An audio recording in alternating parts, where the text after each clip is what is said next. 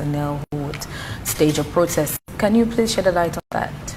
Yes, I'm happy for the first two speakers have a little bit touched on that, right? We have certain people within this country, they do not have the country at heart. How can you as an individual will just sit in your corner, then you pop up message that could disinform the people and bring a situation like this? You know that that is completely unpatriotic. And we have this kind of people, these social media bloggers, like what happened yesterday. How can senior officers, junior officers, planning to attack the city? That one is completely false. That is why I'm here this morning to make it clear to the public that that rumor was false, baseless, and had no grounds. It's just an individual who decided to do it on his own volition, right? But it's not true.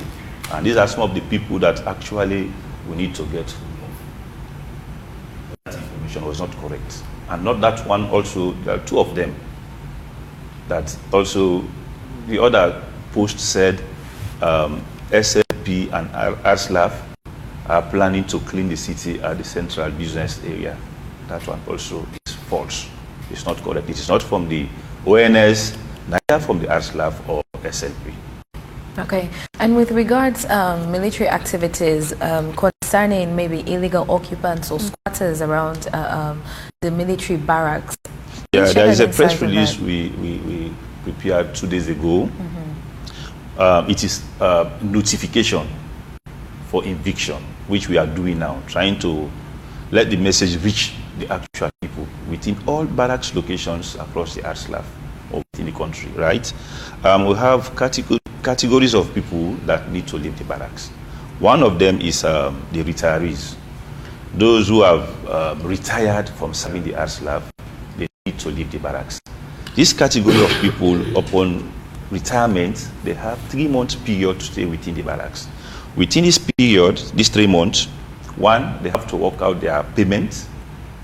2, they have to make sure that they give them a vehicle to relocate them from the barracks to their respective locations within the country. The RSLAF is doing that, right? So once within these 3 months, all these 2 areas have been completed, the person need to leave the barracks. That is one category. 2, we have other children who are above 18 years. They also need to leave the barracks. That is a law. It has been there from time immemorial. They need to leave the barracks after 18 years, 18 and above. Also, if you are 18 years and above, but you are schooling, to say like you are in college studying, in that case, authorities will look into that to confirm if indeed you are studying, right? Hence, there is evidence. Okay, they will like encourage you to study. On that grounds, you are permitted to stay and continue with your studies. Immediately you completed your studies, you to vacate the barracks. The third aspect is these illegal structures that they are constructing. We call them makeshift structures or improvised.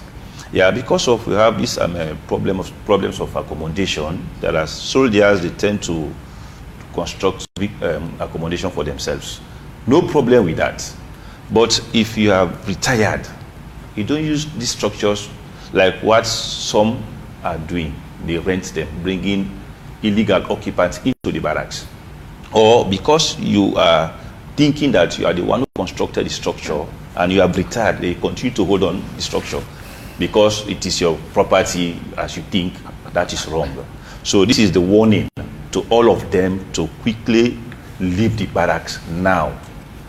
They must leave the barracks. All right. What should be public perception of the role of the military and working together with soldiers? You know, when it comes to the military, it's always command and accept. People do not like to take matters into their own hands when it comes to you.